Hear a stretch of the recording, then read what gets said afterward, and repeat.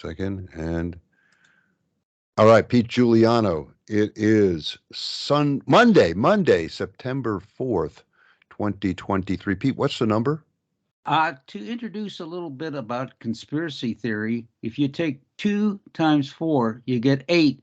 So it's SolderSmoke 248. We better Crank watch it in, out Robert. if it Crank it ever, in, Ralph.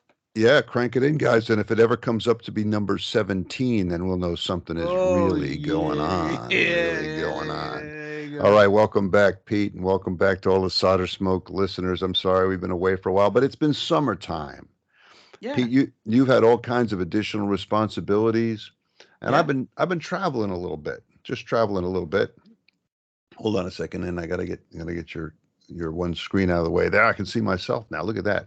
Hey, anyway, I was down in Dominican Republic from the 3rd through the 9th of August. That's part of the excuse, but part of it is just summertime. The people stop looking at podcasts and listening to Oh, podcasts, doing yeah. other things. But today's Labor Day, the unofficial end of summer.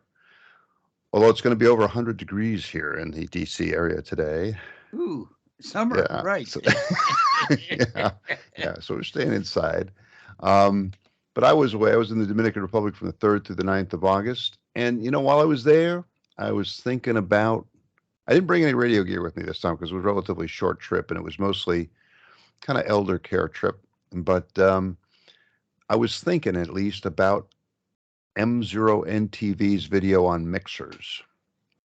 And Nick the Vic did a really interesting video in which he compared different mixers. And it was interesting. And one of the things he did that I really liked was he used the TinySA to look at the output of the mixers.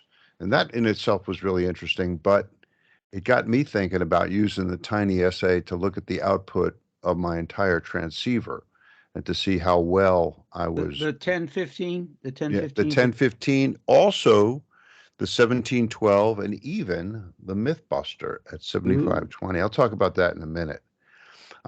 Continuing the travelogue, though, one thing we found when we were down in Dominican Republic was that SolderSmoke Shack South is almost done. Ooh.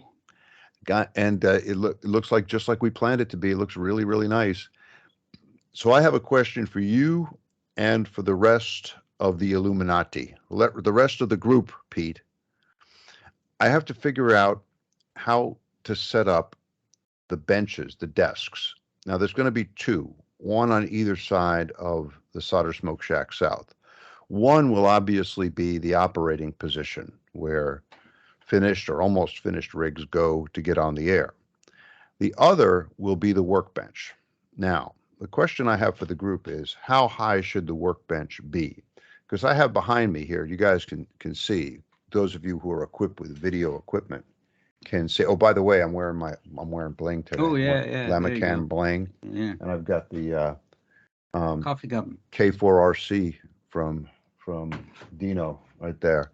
All right, but anyway, so this bench, Elisa gave it to me for a Father's Day gift many years ago, and it's a standard workshop bench. It's a bit higher. It's quite a bit higher. It's made, I think, mostly for woodworking, where the guy who's using the bench is standing up when he's cutting the 2x4 or whatever he's doing. I'm not sure whether that's the right height for a workbench that's really oriented towards our kind of radio electronic home brewing. I've often found myself thinking it would be easier if I could just sit down in front of the bench and work. As a matter of fact, most of the time I do sit down, but I have to raise the seat up to be at the proper height there. So here's the question for the group. Should it be ordinary desk height or should it be ordinary workbench height? What do you think, Pete? Well, actually, I have some experience in this. I knew you would. That's why I'm asking. Believe it or not, when I built the Microelectronics Center in St. Louis, we had to install all kind of workbenches in the clean rooms. And we went through the same analysis, and we came to the conclusion 39 inches. 39 inches. 1 meter. 39.37 inches.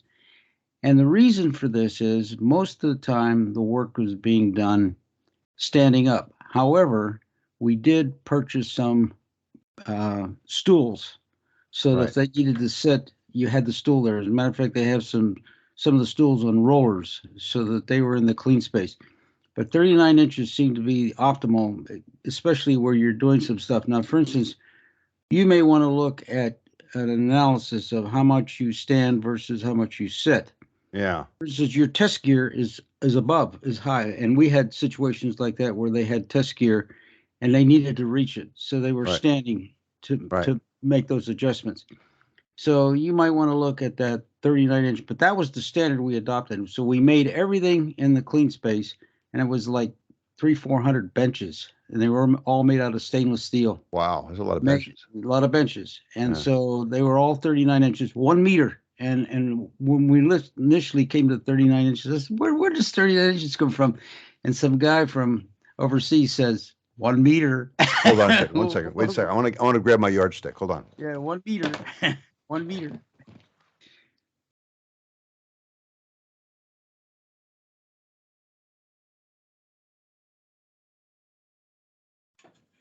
This is dead air time, so I'll just talk here. You can never have dead air. And so I'm talking there while Bill looks for the yardstick. He's looking for something because it's Okay, found 36 inches. 36 inches. All right. So I have a yardstick, not a meter stick. And the bench that I've been talking about is just at 34 inches. So you're talking about considerably higher. 39 inches. Wow. I don't know. We'll have to see, because I'm more inclined to sit down these days, and I can put the test gear wherever I want it. I mean, I can put test gear whatever height I want. We were looking at the workstation. Yeah. And what they were doing with the processes and where the equipment was, etc. So use that as a starting point. At least you know 39 inches. Now you're saying that's too high, so you go down from there. Because you're talking about workstations with stools, and I'm talking about much more leisurely. Yeah. Sitting down, building. Yeah. All right. Just a piece of information from industry. There you go. That's really useful. That's interesting. The other thing I have to think about is, if I was just going to buy standard tables, it'd be much easier to get them at sort of standard desk height. And I think standard desk height's even lower than that. The desk here, 34, 33. Yeah, 33, 34. I don't know. No, that's pretty high. This workbench is at 34. So I'm not sure. We'll have to see. I got to see what I could get. But anyway, the SolderSmoke Shack South, it's almost done. One other thing, when you get those benches, utility outlets on the front. Yep. Utility outlets on the front, so you can plug in test gear. I know. If you don't have to be reaching underneath under there all the time. Yeah. All right. Really good. Hey, another thing. I guess this falls into the category of Travelogue, but my son came back from Boston and for a couple of days, and while he was here, we decided we were going to go see the movie Oppenheimer, which is all the rage. It's called Oppenhype now, or Barbenheimer with the Barbie movie. We didn't see the Barbie movie, but we went to see Oppenheimer, and there was only the one. It was pretty good, really interesting. But the scene about the test that they did at Trinity, where they were trying to see if this thing would work. Now, only I think those of us who are home brewers could really identify with and understand what was going on.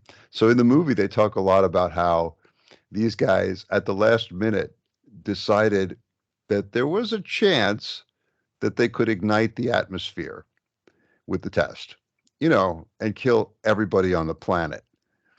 But, you could almost sense, I think this is something we could understand. These dudes were willing to risk it because they wanted to see if that thing would work. And I could just see most hams making the same kind of decision. And on a smaller scale, we make these kind of decisions almost every day. You're looking at this thing, you're thinking, if I try this, there's a good chance that this whole thing's going to blow up and go up in flames. But I wonder if it works. So what the heck? Boom, you move forward. Boom. Yeah. Sometimes it does. Hey, while you mention that, every time I hear a ham that lives in New Mexico, I always wonder if they've been affected by radiation. I mean, are those places safe to go in? I mean, it's been It's I think been you could. 75 years. I think you could 75 years. visit the Trinity site, and I've talked to a number of guys over the years who've gone out there and visited it. I guess you can. I don't know. I mean, you could visit Well, I'd bring my Hiroshima and Geiger counter. Nagasaki. Oh. Yeah. Well, they wanted to see if it would work. Anyway, it was pretty cool, and there was a lot of old boat anchorish test gear floating around in the movie when they were talking about the Trinity tests, and just really pretty cool. Um, one Hey, other I thing. This. just one thing I want to mention about Nagasaki. My father-in-law was on a ship that was a minesweeper, and he was the second ship to go in. Actually, the first ship blew up, but they swept Tokyo Bay Yeah. so they could have the surrender. Yeah. And the Mighty Mo came in there. But Yep. after that, they cruised down to past Nagasaki and Hiroshima, and they looked through the binoculars. They said they didn't see anything. I mean, Yeah. it was flat as a pancake. They Yeah. said Yeah. it took him. He said I saw it firsthand. Wow. The aftermath. So That's amazing. something. Yeah. Yeah. Hey, listen, one thing I want to ask, this is sort of related to Travelogue. It's loosely related. But a while back, we got an offer. Somebody said, Kay said that she wanted to make sure that ham radio sites were properly archived on the WayBack Machine. And so I immediately jumped in and said, please archive all of the SolderSmoke podcasts, which they have done, which is great. But the other thing I asked, I did a follow-up. I said, please archive the SolderSmoke Daily News blog, because this thing has been in operation since at least 2018, and I've never really been convinced that there's a good archive of it out there. This is kind of disturbing because lately we've seen stuff that we thought was kind of forever on the internet just poof being discontinued, or as they like to say, deprecated. I hate that word, deprecated. Anyway, so I was worried about this, so I said, can we get the SolderSmoke blog archived and protected on the WayBack Machine? And I got a message back saying, yeah, it had been done. But then I looked, and it looked to me like it was kind of scattered. Like like if you went for some dates, you'd find it, and some dates not.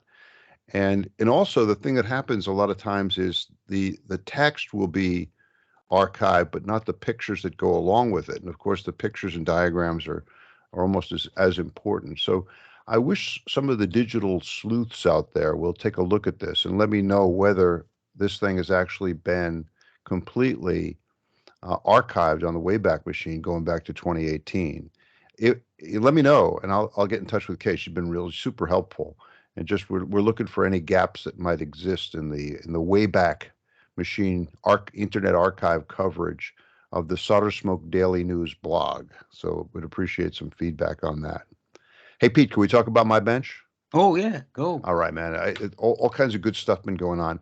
You mentioned the 1510 rig. And I have been working a lot of DX with the 1510 rig, mostly on 15 meters. Um, I haven't been on 15 in a long, long time, but with this new rig, which I've described pretty extensively on the blog and in YouTube videos, I've put it on the air with the EB63A zero point 0.1 kilowatt amplifier and the hex beam, for which I bought recently the 15 and 10 meter elements. And man, good DX, Pete. I had never worked Indonesia before. I worked Indonesia with this thing several times. Lots of Australian contacts, lots of Japan contacts, which is, I know it's no trick for you guys on the West Coast, but from over here, it's Oh kind of yeah, difficult. yeah.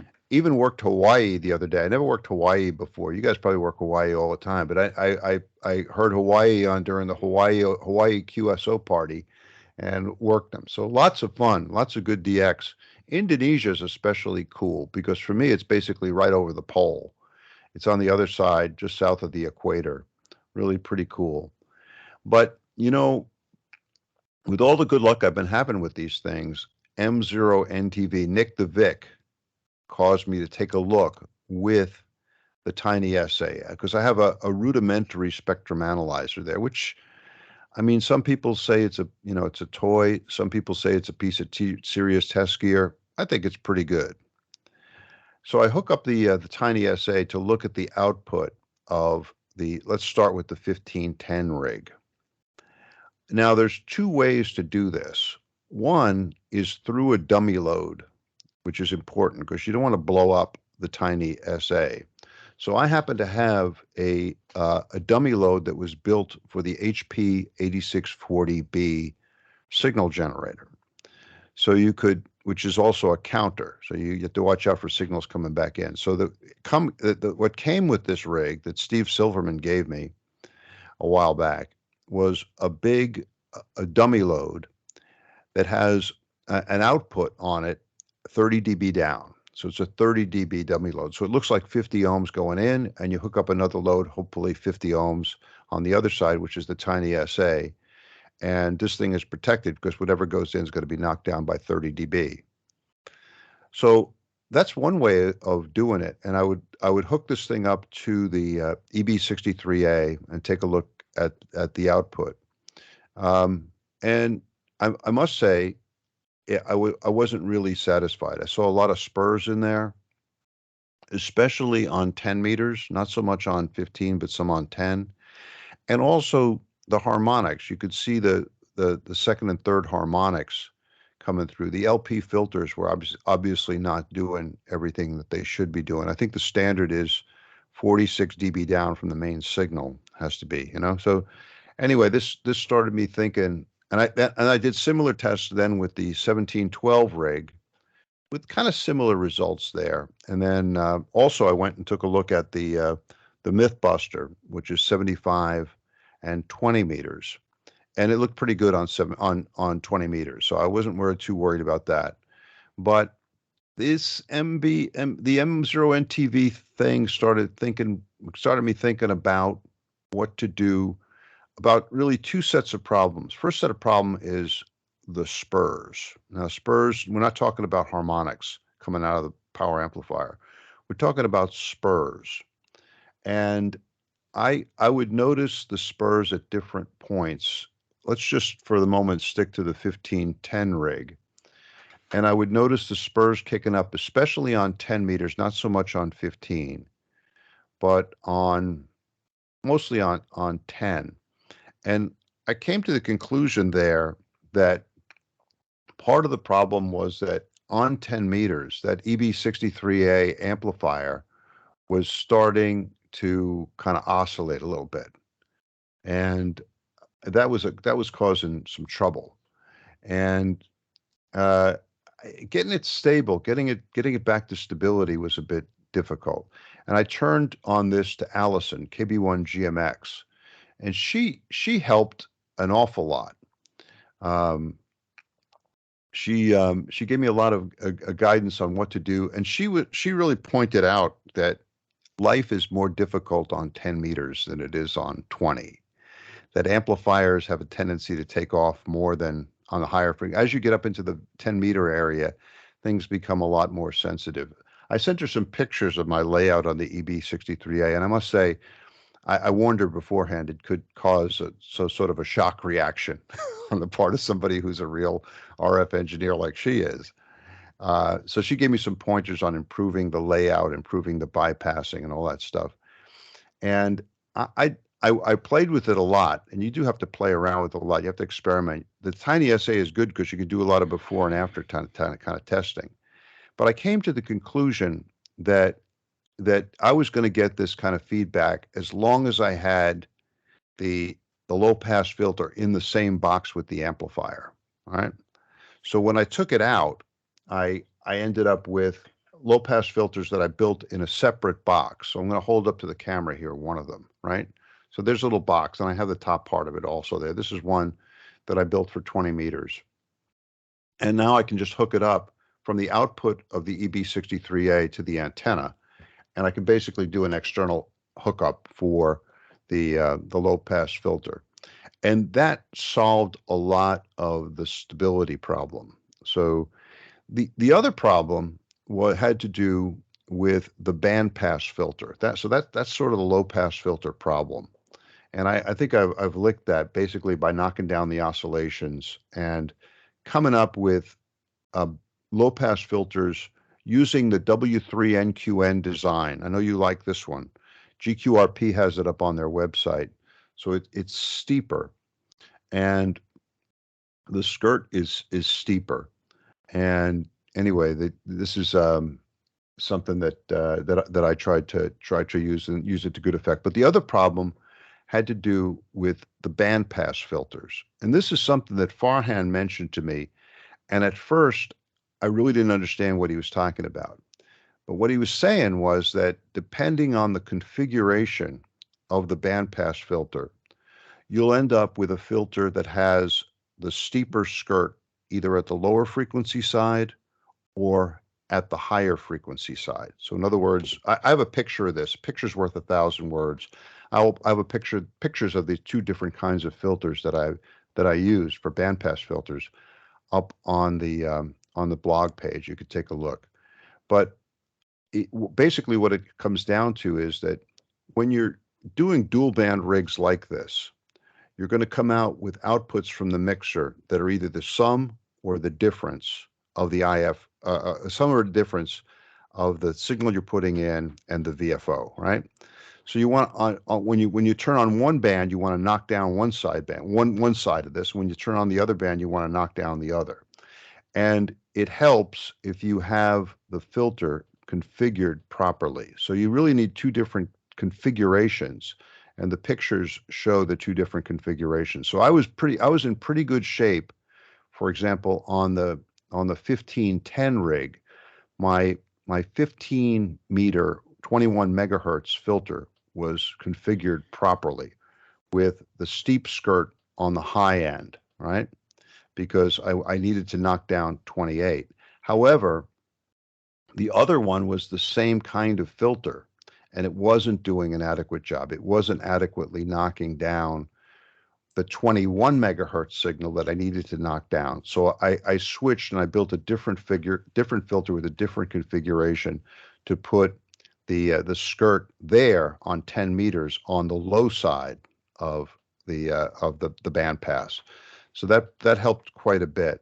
So doing all these things, I'm getting to the point where I'm going to be satisfied with the signal purity of the outputs here. One thing I'd mention, Spurs, this is the bane of the superhet, right? And single conversion, you get a certain number of Spurs. Double conversion, you get a lot more Spurs. Spurs really are basically harmonics of all different oscillators you have going on in there. Every time you add a different oscillator, you get more Spurs. So on a single conversion rig, you're talking about Spurs from the VFO, Spurs from the carrier, harmonics from the VFO, harmonics from the carrier oscillator, and then the interaction of all these things. They could start interacting. So you get third order signals that are coming out that are like twice the oscillator frequency and the primary frequency that you're dealing with. But I think the TinySA helps you because a lot of these Spurs will be so far down if you've built the rig properly. These Spurs will be so far down. If they're down at 50 dB below the signal, you don't really have to worry about it at 50 dB down. It's way down. Sometimes they're getting down there. They're even in the noise. So anyway, that's what I've been working on with these filters. What do you think, Pete? I mean, about this kind of filter mania that I've been involved in. Well, it makes a lot of sense. Obviously, when you put a signal on the air, you want to make sure it's on the frequency that you really intend, not Yeah. somewhere else. And it all boils down to the bandpass and the low pass filter. So if they're not operating at peak efficiency, you're going to have the Spurs or unwanted mixing products. So I mean, I think this is worthwhile. And of course, what you've done now is you set the standard for anything you build in the future. You'll go through the same process, and you'll look Yeah. at the bandpass and the low pass filters.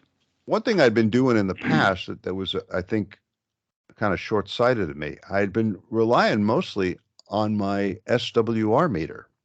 In other words, if I put the rig on 20 meters and I checked the SWR and I found that it was where it should be, if it was down really close to 1-to-1, I'd figure, woohoo, I'm in good shape. But that's, I could have been putting out signals that are, that with Spurs splattering up and down, It wouldn't show. it wouldn't show. I wouldn't know. No, yeah. That's where the TinySA really came in handy. You know, Pat Hawker, G3VA years ago, he kind of discouraged hams from moving to solid state equipment by saying, look, to do this properly, we need spectrum analyzers, and spectrum analyzers are way too efficient, too expensive for hams. So therefore, we should stick with tubes, you know. But Okay. I don't think well, obviously we didn't, but now we have things like the TinySA that'll provide the same kind of capability. Hey, by the way, I want to go a step beyond with the TinySA. Now there's the TinySA Ultra. Dean KK4DAS alerted me to this, so I've put in my order for a TinySA Ultra, and I'm living dangerously, Pete. I'm living dangerously. I ordered it from AliExpress. Ooh, I know. But they only wanted $54 for it. So anyway, it's coming from AliExpress. Remember those J310s? I know, but they're all this. I know. But like I said, I decided to live dangerously. I think it's going to be. I think it's going to be okay. So anyway, we have a new TinySA Ultra coming in. Huh? I'll cross my fingers for you. Yeah. You know, interestingly enough, there's a SDR project called the Radio Berry, and they had these boards that were being made, and then someone somehow counterfeited the boards and sold them through Alibaba.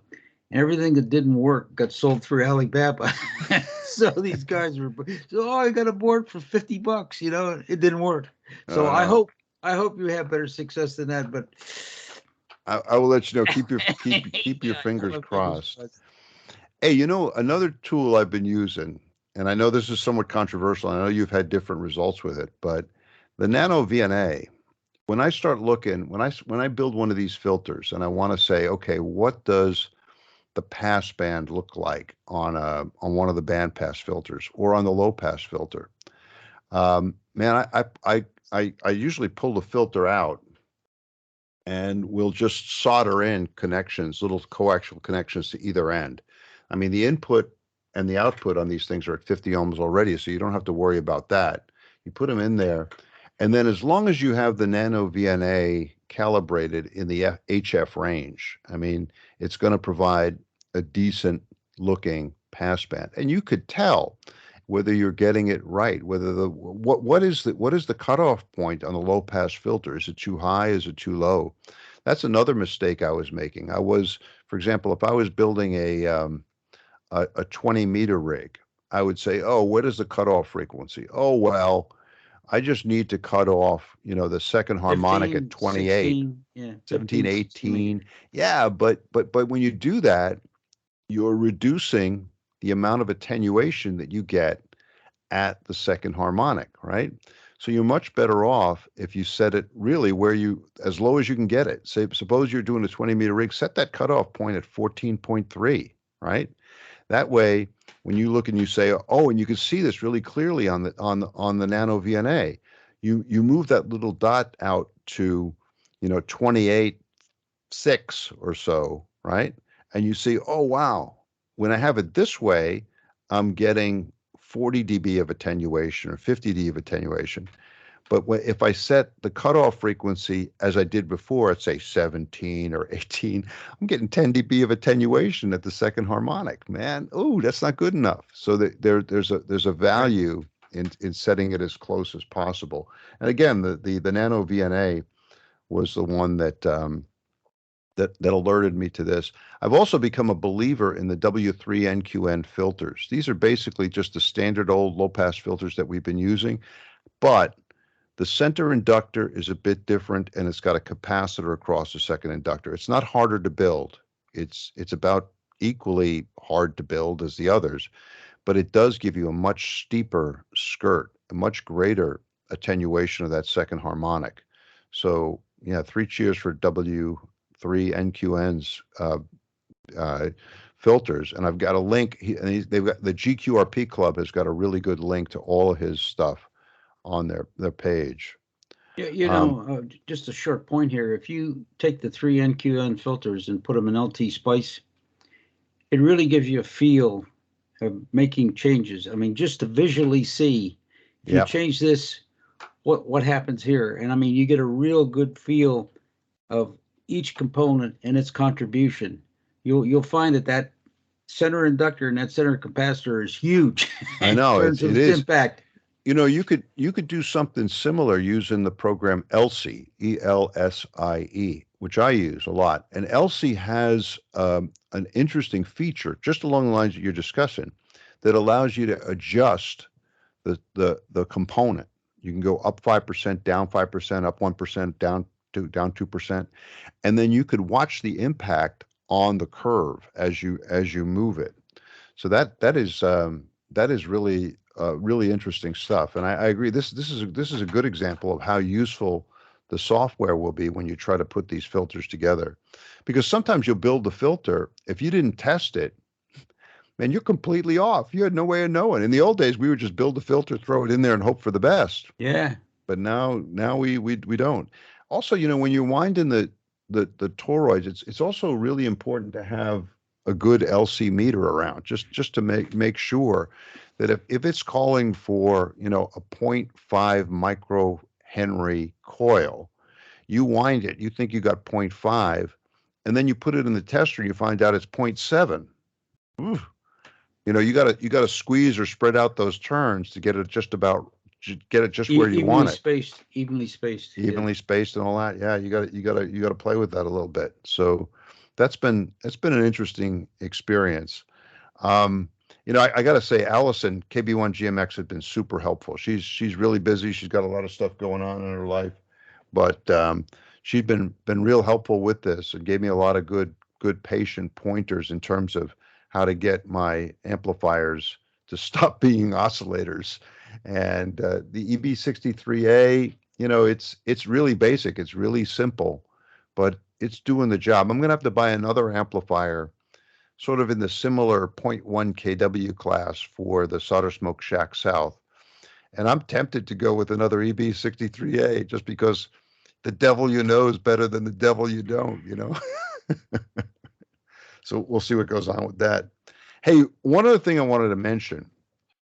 You know, I've been I've been making a big deal about how I put these rigs in plywood boxes from the shipping material of the pandemic treadmill. And I know this bothers a lot of guys because they say right away, "Oh, there's no shielding at all," which is true. I mean, plywood doesn't provide a whole lot of shielding. Um, but up until now, it really hasn't been a problem. But when the oscillator in the EB63A started to take off, I started to get a sense that some of the RF was getting back into the transceiver, and that was causing the whole oscillator loop. May or may not have been true. It's hard to determine where the Barkhausen criteria are being met. But to be on the safe side, I decided to shield up the 1510 transceiver. Now, how are you going to do this? If it's already built in a wooden box on a piece of pine board, well, there's a way you can do it. Amazon sells this special copper foil tape. The tape is 3 inches wide, and I think you get like 25 feet on a roll. It's not super expensive. One of the cool parts is that it's got conductive glue. So if you take and put down one strip on, on the inner surface of your plywood box, and then you put down the next strip, as long as it's touching, it forms one sheet of copper. They're selling this thing for Pete. It's really interesting. They're selling it on Amazon for guitar amplifiers, for people who are trying to stabilize and to stop oscillations in their guitar amplifiers, where you go in and you just put little pieces of it around. It's basically RF shield up the box, which I think is really interesting, but it's very useful for our purposes. So I turned my plywood boxes into shielded boxes. I've done this before with Oh micro yeah, bit yeah. X's and other rigs.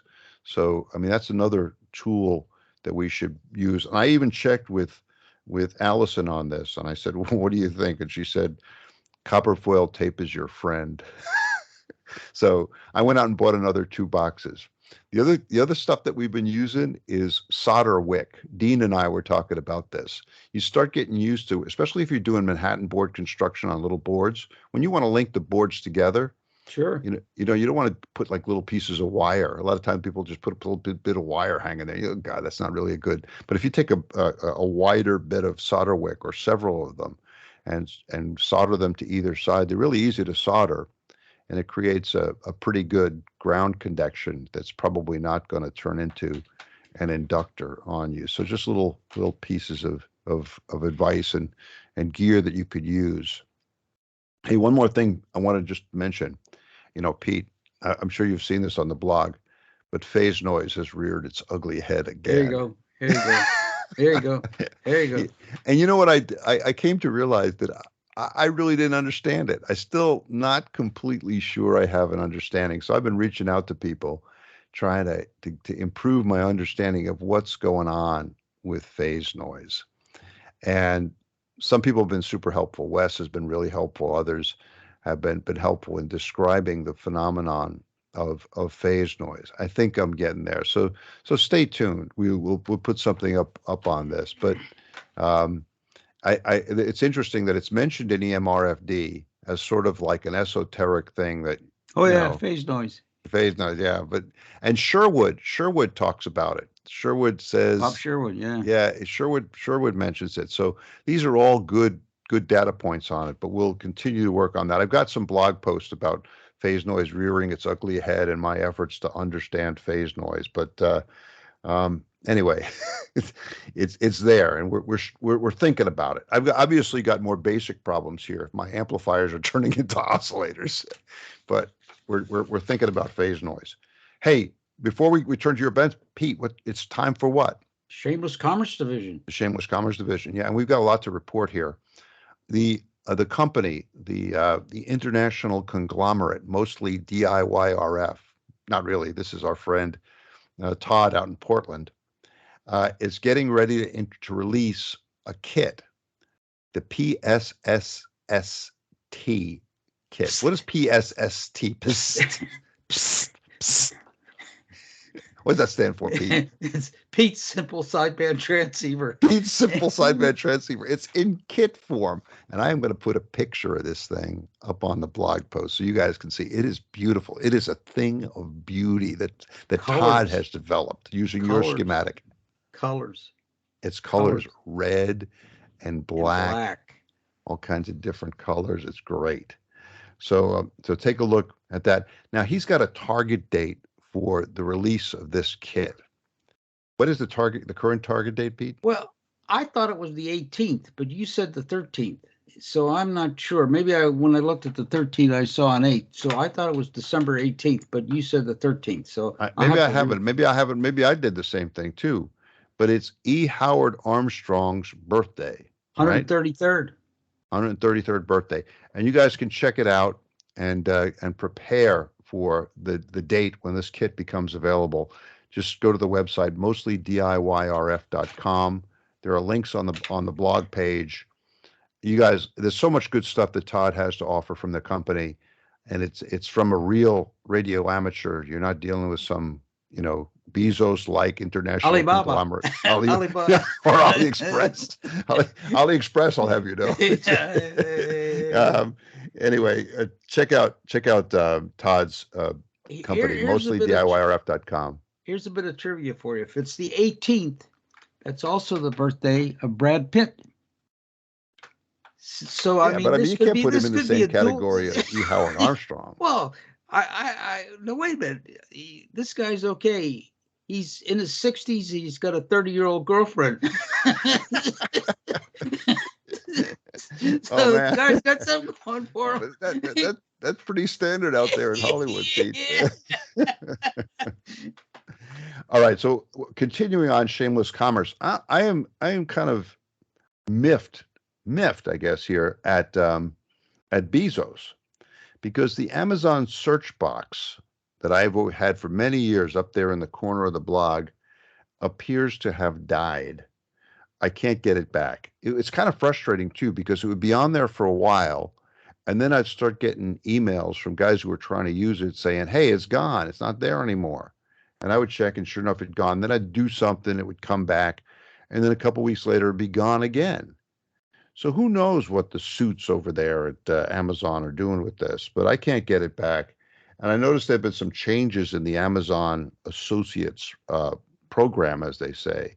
So it may be that they've just decided that it's not worth the trouble, or they've taken it down, or somebody's fiddled with the code and it's disappeared. But if anybody could tell me what happened, there are some explanations from Amazon about this, but they are written in the strange language of software engineers. I must say, they use a lot of words, and there's lots and lots of words there, and you read them and you read them again and you read them again, and I still don't know what happens. So they like to use the word deprecate. Deprecate. Yeah, they deprecate. Something's been deprecated. So if anybody could tell me what happened with this stuff, and if there's any possible way of putting it back, I'd be willing to do it. Hey, something similar happened with the ads that I had on the blog page. I had Google ads on there for a long time. And then I decided to get with it, and put ads on the YouTube channel. And as soon as I did that, without knowing it, the ads from the blog page disappeared. Apparently they've got a rule that you could have one or the other. One or the other, and they didn't let me know that beforehand. Oh man. Anyway, if anybody can figure out how to crack the code on that one, please help this hardware defined radio guy out. But listen, if all else fails, is Patreon, right? You could become a Patreon sponsor. I want to thank our sponsors. We're going to be doing more for the sponsors too. But there's a very loyal group there. They provide a lot of support, and I'm going to try to send some more stuff to the Patreon group. So you'll find a link on how to become a Patreon sponsor up on the upper left-hand side of the blog page. Pete, what is on your bench? I know you are challenged time-wise. I'm okay. I just wanted to share something with you from Todd's webpage.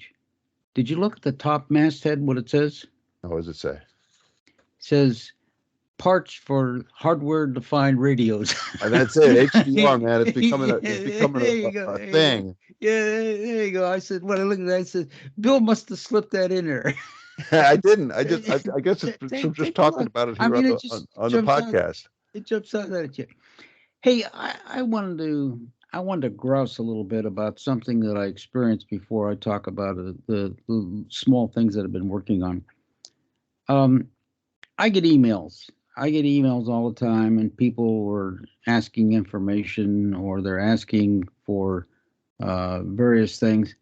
And I got an email this past week, which I don't know is reflective maybe of our current, the way people do business. The email says, "Send me the code." I sent you a copy of that. So I'm saying, well, first of it, it'd be nice. Please send me the code. Would be nice. I mean, hey, Pete, how you doing? Really like your blog. That'd be nice. Yeah. But which code?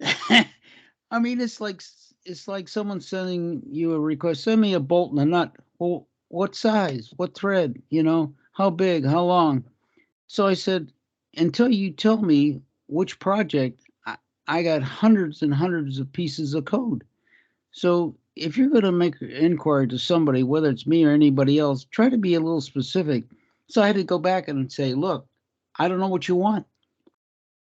So he came back and says, well, I want the PSSST code. Well, why don't you say that from the outset? I'd be happy to send it to you, but I don't know what it is. So, I mean, my time is limited, and I don't have a lot of patience with people says, send me the code. Yeah. Which one? I think there's there's a filter you could use for that. It says automatic it's called to archive. Yes. I mean, I'm trying to be responsive, but you got to help me a little bit. If you're going to, and no matter if it's me or anybody else, when you're making an inquiry, try to define what you want, because it makes things kind of difficult. So I want to grouse a little bit about that. And along the same lines, let me grouse a little bit too, because sometimes you get emails from people, and most of the time I think they're meaning well, but they'll say things like, I don't really understand the theory that you guys are talking about. Okay. Then the second part is, why don't you write a book that explains the basic theory that you guys are talking about? Because I don't understand it. Well, I mean, there's a lot of books been written. I about mean, look that. Yeah. behind me. I got a whole small library of them. And it really does take some study and some effort to kind of come to understand the basics of electronics. I just recently picked up a book that I've been meaning to get for a long time, and I like it a lot. It's called The Art of Electronics by Horowitz and Hill. And, it's a good example. And they discuss in here about how if you want to get to a level where you can actually use the electronics, it does require some study. I mean, it doesn't not necessarily a whole full-blown double E course, but you do have to crack the books a little bit and sort of increase your knowledge of it. And it's I sometimes feel like we're being held responsible for people not understanding. In other words, Yeah. you used a term like such and such, and I don't understand that term, what that term means. So why don't you just explain it better? You know? Yeah. Yeah. I'm saying, damn, well, the term is explained. I mean, we can't be going back to Ohm's law Standard every time terminology. Yeah. we talk about this stuff. But anyway, we're grousing, Pete. Yeah. Okay. So if you look behind me, you'll see a response based on SolderSmoke 247, where Bill said he wanted an LCD with Oh, an with the S S meter. meter, the S S meter, meter. you got an S meter there, man. That Yes, is S so meter. cool. S meter. And there's two things associated with that. If you're contemplating doing this, first off, I didn't realize this till a couple of years ago. You can build special characters for LCDs. I mean, you got the standard keyboard characters. You type something in the keyboard, but if you want something different, initially I had the bars as just the bar on the standard keyboard, but you could hardly see that. So I created. You can go to the LCDA symbol creator, and just with a little array there, they say, okay, fill in these blocks, and then you get the code, and you can just embed the code in your Arduino. So that's the first thing. You notice those blocks are pretty fat. Slide over a little bit. Hold on, we can't see Okay, you. can you Oh see? yeah, there All you go. right, Okay, the gotcha. other way. See Oh, there you go. Well, there you are. All right, yeah. so the fat. So you can create those. There's tons of code on the internet that lets you create those blocks so that you can see it. If you just use the standard line, you'd hardly see it. The standard dash line. Right. So that's like four dash lines stacked on each other. So that's the first thing. The second thing is being able to discriminate.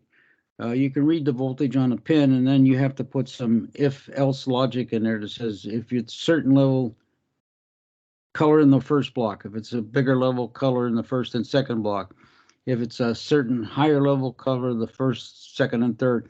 So there's some discrimination that you have to do that, but it can be done, and actually it looks pretty cool. I mean, you could fill in the whole block if you wanted to, but I only chose the middle four so you can do it. So anyway, 247, easy to do.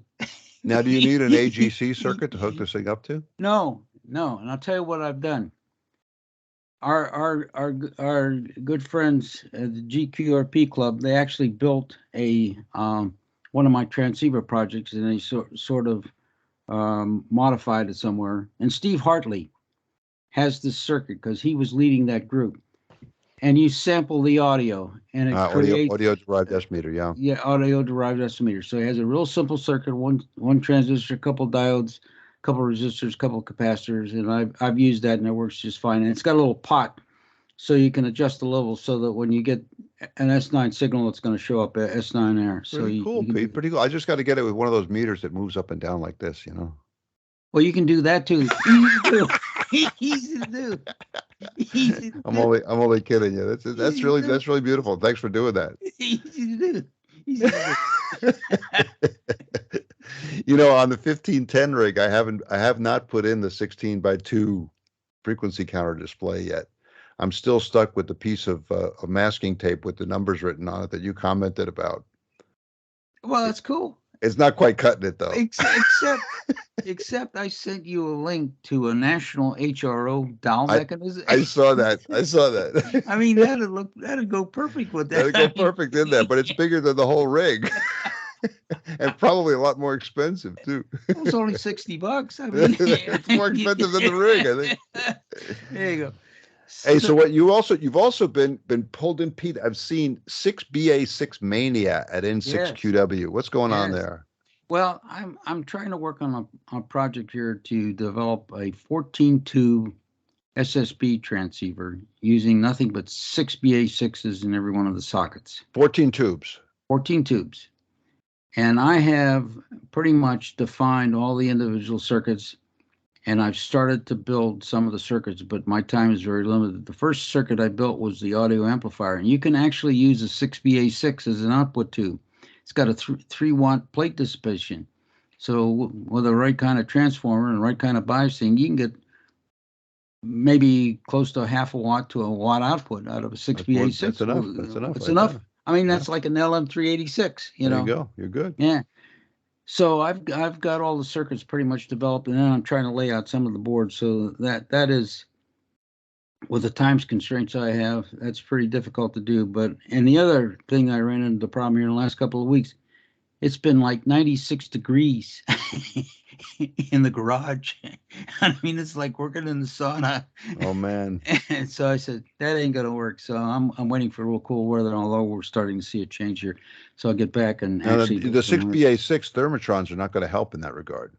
well, They're adding yeah, to the heat. yeah. And the other thing is, I have actually a PTO out of a Collins KWM1. It's got a 6BA6 in it, so that's going to be the frequency determined. So it'll be pretty stable. Before I forget, what's the tube that Dean is looking for? 1L6. 1L6. Or 1U6. 1U6. If 1U6 or 1L6. If anybody out there has a 1U6 or a 1L6, L6. Yeah. let us know, because Dean needs one. He's looking for the 1L6, but you can sub a 1U6 for a 1L6. It'll work in the circuit. So many times they'll say, like, for instance, you can put a 6BA6 for a 6AU6, although some of the internal wiring is a little bit different. The pins 2 and 7 are swapped. What's on pin 2 and pin 7 for 6AU6 is different for 6BA6, so you may have to do some socket changes at the wiring of the socket. May be a little different. Okay, the other thing I did work on fixing something, and it's interesting how something that we do and we have a goal will end up ultimately coming back and bite you. About 11, 12 years ago, I had a project that was written up in QRP Quarterly called the Shirt Pocket Transceiver. I built 2 versions of that. Right. One was you needed a big shirt pocket. That one was like 3x4x5, which was quite an accomplishment at the time. I thought, man, I shrunk this down. No, you just took out the pocket, the holder, and the slide rule, and you're good. So then I built the second version. The second version is 2x2x4. They're basically the same circuit, except I left some things out of the second version, like the receiver RF amplifier just ran out of space. But when you build compact like that, you never know. And so I was in there poking around trying to trace something, and the screwdriver got across something, and I had this magic puff of smoke, and I wiped out the SI 5351 and the TFT and what have you. I mean, it went up big time. There you go, ladies and gentlemen. Pete Giuliano occasionally releases the magic smoke. Yeah. We all do. Yeah. So anyway, I pulled it out of the box and I rebuilt it, and I had to put a new display, and I got it working again. So, but it's kind of interesting is sometimes when you try to make things so compact, there's not a lot of room in there, and if you're not careful, you're going to smoke something, because it's real hard not to touch 2 components to it. And I mean, I ran 12 volts through everything and it smoked everything. But I did get to work on that. So that's primarily what I've been involved with. Of course, my time is very limited, and I kind of envy you all these little things that you're doing, because you got the time to do them. So enjoy. I am, yeah. For now, yeah. Hey, but you went on the air with a QRP SSB rig and worked somebody with that thing, right? Was that with the 6BA6? No, that was with the shirt pocket transceiver, Okay, which is you got it on the air, and yeah, you were working, two and watts. people were So astonished. yeah, so and I worked the station in the Midwest for 2 watts.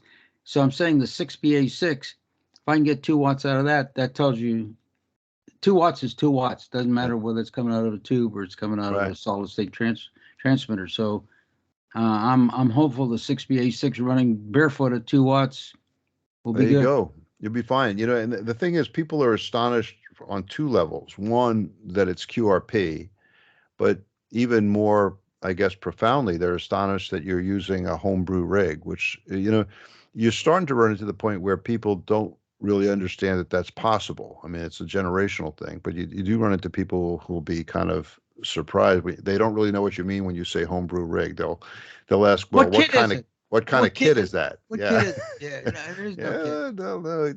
I think when I say it's in a plywood box, Yeah, there you go. yeah. Well, but excellent, good stuff. I'm glad you're able to melt some solder even with your limited time there, Pete. So keep it up. The solder smoke community is very grateful to hear about it. Hey, time for mailbag. Yes. First, we got a message from our good friend down in Orlando, Walter KA4KXX. And he put a great article out about home brewing. It's in the September 2023 QCWA Journal. I'm going to try to put a link to the article up there, but if you guys can't get the link, if I fail somehow, try to get the QCWA Journal. Sign up for it. And Walter really kind of captures the essence of home brewing and the fun of home brewing. And I really liked what he wrote. Sort of along the same lines, Steve, KC1QAY, in response to a previous Solder Smoke podcast, he asked if I had any 3579 crystals left. And I did have a few. I think we distributed about 40 or 50 of them. But I had another one, and I tested it, and I could get it to oscillate at 3579. So I sent it to Steve along with a note saying, "Welcome to the CBLA, the Color Burst Liberation Army." He wrote to me this morning, and he has hooked it up, and he has experienced JOO, Oh, there you go. Joy the of joy of oscillation. oscillation. He also sent me a note saying that he went to a local radio club meeting up there in Massachusetts, and you know who was there? Allison, Oh KB1GMX. my God. Holy cow! And I just wrote in my notes here, TRGHS, the radio gods have spoken. If you walk into a radio club meeting and Allison is there, go back to the next meeting, stay with that club. That's a good group. Anyway, I'm really glad that Steve has that radio on. He's got a lot of experience with STEM too, science, technology, educational, all that, and experience in teaching kids about technology. So that's really useful. Similarly, we got an email from AJ VU2TGG Tango Golf over there in Pune, India, and he is inspired by the receiver project that Farhan was running, that Canada was running, Germany was running, and that we were running. And he's going to launch a similar effort at a high school there in Pune, India. Victor Uniform 2 Tango Golf IHA, and he's going to keep us posted on that. So really good to hear from him, and good luck with the effort there, AJ. I actually heard this guy, VU2DGR. I heard him on the air, and I tried to call him, but he wasn't hearing me. I've worked India several times, so um, I called him a couple times, but he didn't hear me. There was a big pile up. But in the course of just listening to the pile up here, somebody said to him, "Fine business, Denny, and congratulations on the homebrew rig." Whew. Woo-wee, you don't hear that every day. No. So I did a Google search, and sure enough, he has melted a lot of solder. He is a for real home brewer. And so I have appointed him the Wizard of Kerala, because he's from Kerala, India. Wow. And so Denny VU2DGR is the Wizard of Kerala, running homebrew rigs out of Kerala, which is in the southwestern tip of the Indian Peninsula there. I got a link to him up on the blog. You'll see it all about him. So that was always interesting. I'm always interested when you come across a homebrew rig on the air, especially a homebrew sideband rig. Uh, Joe VK4BYER is working with kids on electronic projects in a remote Australian community. Fine business. Oh, Thanks for doing that, Joe. Um, we got an email from another Todd. Todd seems to be another name where there's a lot of ham radio operators who are Todds. Pete, I think, is number one, but there's a lot of Todds too. We got an email from Todd, K7 Zulu Foxtrot. He wants to get into home brewing. He's got a lot of experience from days in the Air Force with electronics, which will help him a lot. But he asked about what to do about getting into home brewing, and we advised him to start small. Keep it, don't bite off more than you could chew in the beginning. Start small. but some guys have ignored us and came up amazing. Remember the guy that ignored us? Oh man, lots of guys ignore us. Most people ignore us, Pete. Yeah. We had recently had one guy completely ignore us and decide that he was going to plunge right in, and his first project was going to be to homebrew an S-Bit-X, not just a Bit-X, an S-Bit-X. Ooh. Well, and I didn't want to be Debbie Downer here, I didn't want to say, Oh, that's the guy that blew the chips, and he sends me an email that says, "How do I fix this?" You buy a new one, man. You let the smoke out. Well, I didn't want to be like I said, Debbie Downer, so I just said, sounds like a very challenging project. Yes. It's like in Yes Minister, the old British sitcom. Whenever they didn't want the prime minister to do something, they would come to him and say, "This is a courageous step you're taking, Prime Minister. Courageous." Whoa! So I said, quite challenging there. I don't know. But good luck to Todd K7ZF. Then we mentioned Dean. Dean has been fixing up his Helicrafters worldwide receiver. This is what he needs the tube for. And he sent a picture of the dial. And I really got a kick out of it because it's got all these place markings, like on the old broadcast, general coverage receivers. You'd have all these places, Rangoon, countries that don't exist anymore, places that don't exist. But this one was really cool because the Helicrafters worldwide receiver has Ciudad Trujillo on it. There you go. I was there at the beginning of August. It's now known as Santo Domingo, and I checked the date. They changed the name of the city back to Santo Domingo after they killed Trujillo in 1961. There you go. It's still there on Dean's dial. We got a good question from in the Vienna Wireless Society has a makers group that Dean started, and Dean runs it. And twice a month we get on the internet and talk about homebrew stuff. Our friend Dwayne is part of the group. Oh yeah. And in the group, a new home brewer came in named Mark. We were talking to him about the Michigan Mighty Might. And he followed up with a question, and it was a really good question. He said, okay, the circuit is really simple, but how does it really work? So what I did is I said, I mean, we know it works. We know it's meeting the Barkhausen criteria because it's oscillating like crazy. But how is it doing that? And what does each of the components do? So I took a shot at how does the Michigan Mighty Might really work at the component level. I have it up on the blog, and anybody who's interested, please take a look. I hope it answers Mark's question, and I hope he does build a Michigan Mighty Might. The other rig, the 10-minute transmitter, Cyprian over there in Romania has been singing the praises of this one. This one's a great rig too. It's very, very simple. So either one, go for it. Build something like that. But put a low pass filter on it, please. Low pass filter. You don't want to be disturbing fans. Please. Cyprian does a low pass filter his, and I used one in mine too when I put it on the air. I actually made a contact with the 10-minute transmitter. Hey, our friend out in Australia, Trevor Woods, he gathered up more information on another simple rig, and this is the Islander. We had talked about different versions of the Cuba, of the double sideband rig, and all these different rigs, and there's one rig that developed later on called the Super Islander Mark IV. Ooh, the Super Islander Mark IV, and it was made in Cuba. It was a solid state CW double sideband rig, but here's the cool part. They built it using parts out of old CFL bulbs. Why not? You know those little fluorescent bulbs that were kind of curly cues? They look like the double helix in a light bulb. Crack them open. I mean, Michael Rainey, AA1TJ, was doing this for a long time. And the Cubans were doing it also. And they were pulling parts out of there, finding parts that were usable at RF and building Super Islander Mark IVs. I have this up on the blog. Trevor got a lot of info that Arnie Coro had put out on Radio Havana, Cuba. So fine business on that.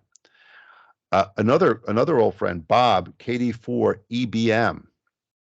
He sent me so many kind of care packages over the years. He sent me a Sony shortwave receiver that I had. It's one of the few Sony shortwave receivers that has a BFO in it. But I had one. Again, Elisa got it for me, I think for a Father's Day gift. And I managed to drop it on exactly the wrong spot. Yeah. It broke the shaft control. And I couldn't get another one. And I came up with kind of a kludge or a kludge solution that didn't really work well. Anyway, he sent me another one that's perfect in the case with the manual. So thanks for that, Bob. He also sent me a rig that I've been meaning to get for a long time, the QCX Mini. Oh, yeah. On Summers QCX Mini. Man, this thing is a beautiful little rig. And I fired it up just here on the workbench, and I made a CW contact with the thing. It is really easy to use. What a great piece of engineering. I made a CW contact with the QCX. Pete, you know what I felt? I felt virtuous. There you go. I was on CW QRP. That rig's going down to the DR. It'll be perfect for down there. Thank you, Bob. We got an email from Peter, KD2OMV. KD2OMV. He is one of the guys I talked to on 40 meter CW when I was using the ET2. Remember the ET2? Mounted on the board. On the board. It's up on, look, I have it up on, it's become a piece of wall art. Yes. Wall art. Anyway, he wrote to me, and it was great to hear from him again. You know, we heard about something down there in the Richmond area. I have a link here. There's an old timer in the Richmond area who has like a lifetime of radio collections there. Ham radio collections, ham radio gear, shortwave broadcast gear. It's a really nice looking little personally kind of curated museum. It's in the Richmond, Virginia area. And I saw it and wrote to Armand, WA1UQO, who lives down in the Richmond area, and asked him if there's something that the club can do about this down there to make sure that these rigs all end up in the right place. So I'm hoping that Armand will be able to do something about that. You know, Pete, we also heard from Mike, WN2A. Mike is a fellow member of the QRP Hall of Fame and a for real radio solder melter. He sent me a great package with lots of toroidal cores. Ooh. T50-6s. I have like a lifetime supply. I've divided it in half. Half is going to SolderSmoke Shack South, half is staying here. Lots of other good stuff. Thank you, Mike. Thanks for doing that. I got an email from a fella, Nate, KA1MUQ. Now, he told me that he pulled out an old receiver, a Doug DeMaw design that he tried to build, get this, 38 years ago. Boy, does that sound familiar, huh? Sounds familiar. And I don't think he was aware of my own 38-year project. Lean back a little, Pete. You're in the dark, man. Got to get you in the light. Okay. All right. It's because it's looking out the window. Okay. And the sun is coming up. Coming up, yeah. So I got a glow about me. There you go. You put your hands down. There you go. There you go. Don't do that. You can put your hands down. There you go. It shows you how early morning it is in California. Now it's rising in California. 7:09. 7:09. All right. So anyway, he told me that he had built a Doug DeMaw receiver, one of Doug's designs, and did it 38 years ago, couldn't get it working, and then pulled it out again, worked on it, and got it going. So I sent him back. I said, man, fine business, Nate. Been there, done that. Took me 38 years to get the Herring 85 going.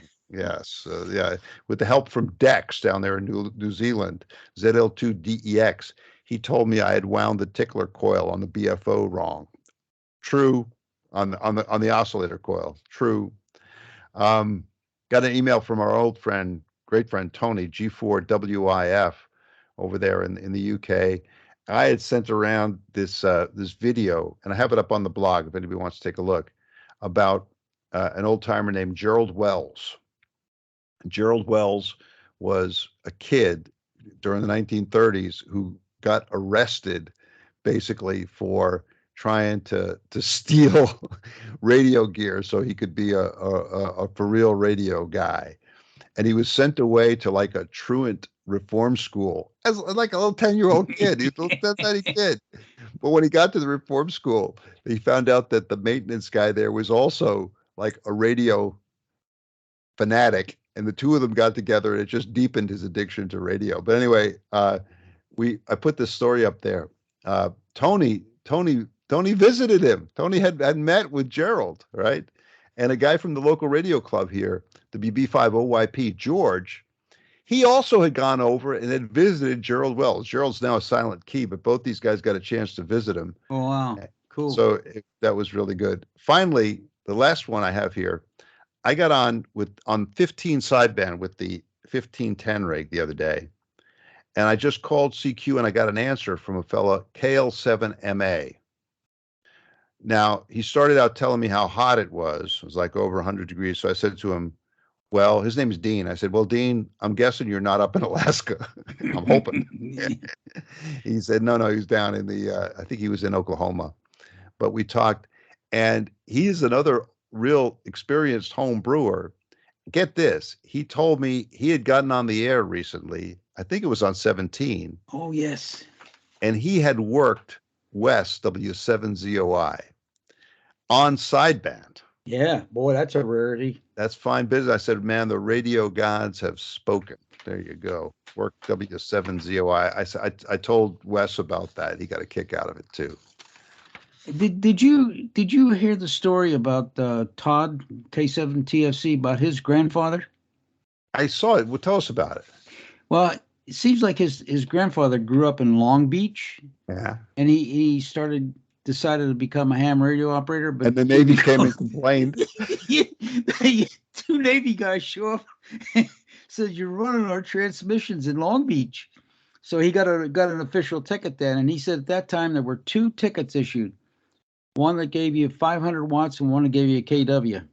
So it was two classes of license depending upon the power. But I guess they started him on the right path. But his call was they didn't have prefixes. It was 6MS. 6MS, something like that. That is cool. Yeah, that is a cool call sign when you're 6MS. Yeah. None of this W stuff. Yeah, or K. Yeah. Or N. Do you remember when the W call signs were the East Coast and the K call signs were the West Coast? Yeah. I don't think they're doing that anymore. Anyway, that was interesting. Yeah, I remember that story. Yeah, I remember that. Can you imagine the inspectors showing up? I mean, as a kid, I lived in fear that the black FCC van would show up in front of my house one morning and get me for my harmonics. I got a phone call as a kid one time. I was transmitting on 40 meters, and one of the local grumps called me on the phone and said, "Hey, you're also putting out a signal on 20. Get off the air." There you go. 13 years old, man. I thought that black van would be rolling up any minute to lock me up for spurious emissions on the 20-meter band. Hey, Pete, thanks very much for joining us. We got to get back on our regular once-a-month schedule now that summer's over. Yeah. Well, let's everybody have a happy Labor Day, and I have fond memories. There were two dates: was Memorial Day and Labor Day, and back east.